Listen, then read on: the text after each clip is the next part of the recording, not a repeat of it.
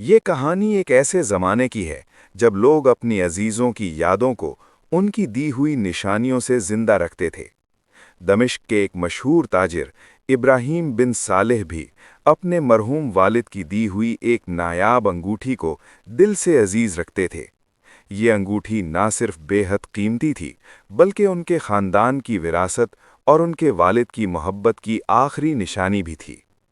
اس انگوٹھی کا چمکتا ہوا نایاب پتھر ان کے دل میں اپنے والد کی یادوں کو ہمیشہ تازہ رکھتا تھا، اور وہ اسے کسی بھی صورت میں اپنی انگلی سے جدا نہیں کرتے تھے۔ ابراہیم بن صالح پیشے سے ایک کامیاب تاجر تھا جو دمشق میں رہتا تھا اور مسالوں کے کاروبار میں مشہور تھا۔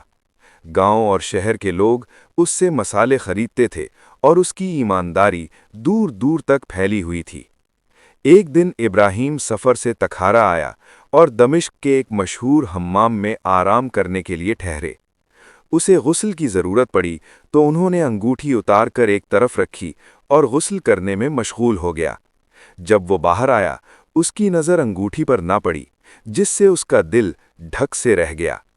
فوراً اس نے پورے حمام میں انگوٹھی کی تلاش شروع کر دی، مگر انگوٹھی کہیں نہیں ملی اور وہ پریشان ہو کر بیٹھ گیا۔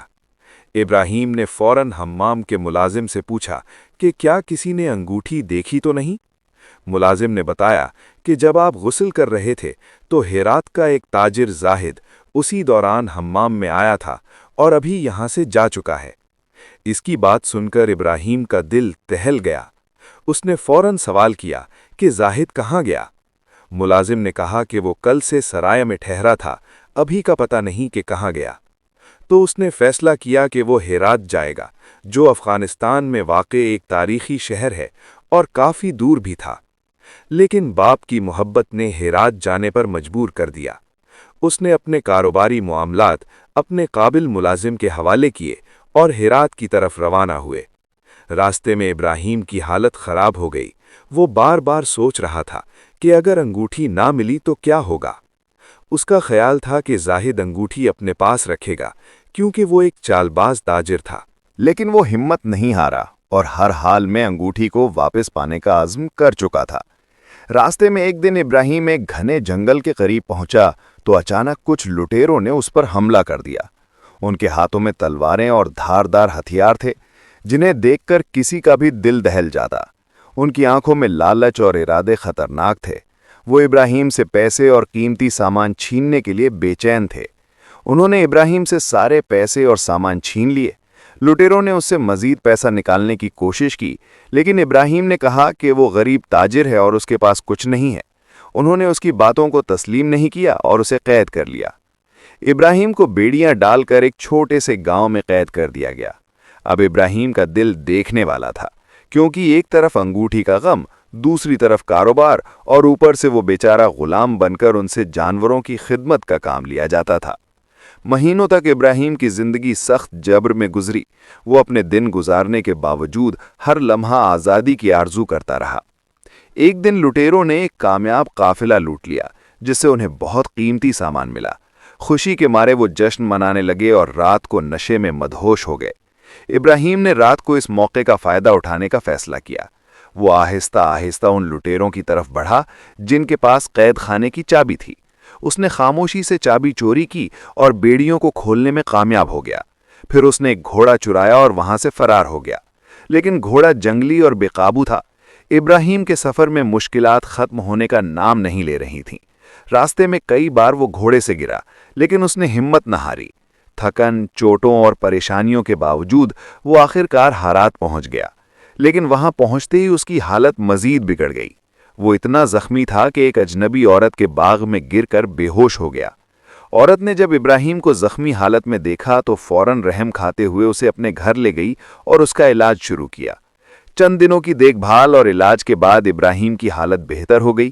صحت یابی کے بعد اس نے عورت کا تہ دل سے شکریہ ادا کیا اور زاہد کی تلاش میں ہیرات کی گلیوں میں نکل پڑا، دل میں انگوٹھی واپس پانے کا عزم لیے۔